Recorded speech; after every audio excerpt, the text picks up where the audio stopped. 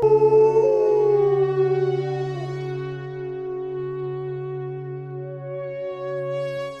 of the most exciting scientific findings of the past half-century has been the discovery of widespread trophic cascades. A trophic cascade is an ecological process which starts at the top of the food chain and tumbles all the way down to the bottom. And the classic example is what happened in the Yellowstone National Park in the United States when wolves were reintroduced in 1995. Now, we all know that wolves kill various species of animals, but perhaps we're slightly less aware that they give life to many others. Before the wolves turned up, they'd been absent for 70 years.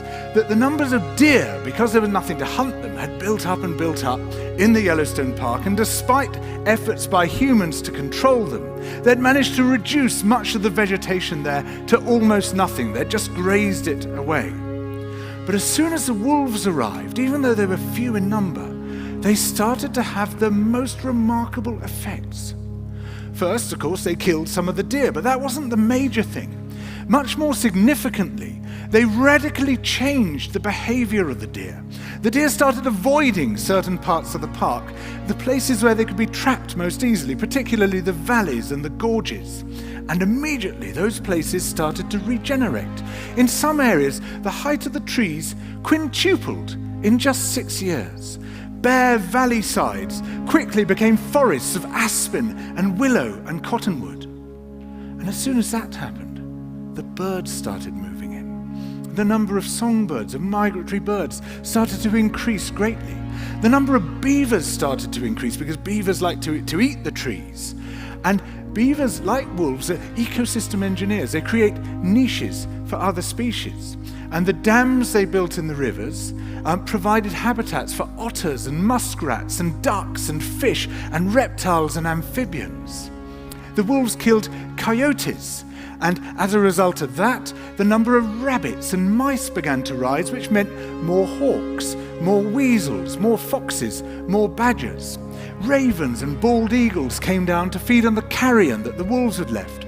Bears fed on it too, and their population began to rise as well, partly also because there were more berries growing on the regenerating shrubs. And the bears reinforced the impact of the wolves by killing some of the calves of the deer. But here's where it gets really interesting. The wolves changed the behavior of the rivers. They began to meander less. There was less erosion. The channels narrowed. More pools formed. More riffle sections, all of which were great for wildlife habitats. The rivers changed in response to the wolves. And the reason was that the regenerating forests stabilized the banks so that they collapsed less often, so that the rivers became more fixed in their course. Similarly, by driving the deer out of some places and the vegetation recovering on the valley sides, there was less soil erosion because the vegetation stabilized that as well. So the wolves, small in number, transformed not just the ecosystem of the Yellowstone National Park, this huge area of land, but also its physical geography.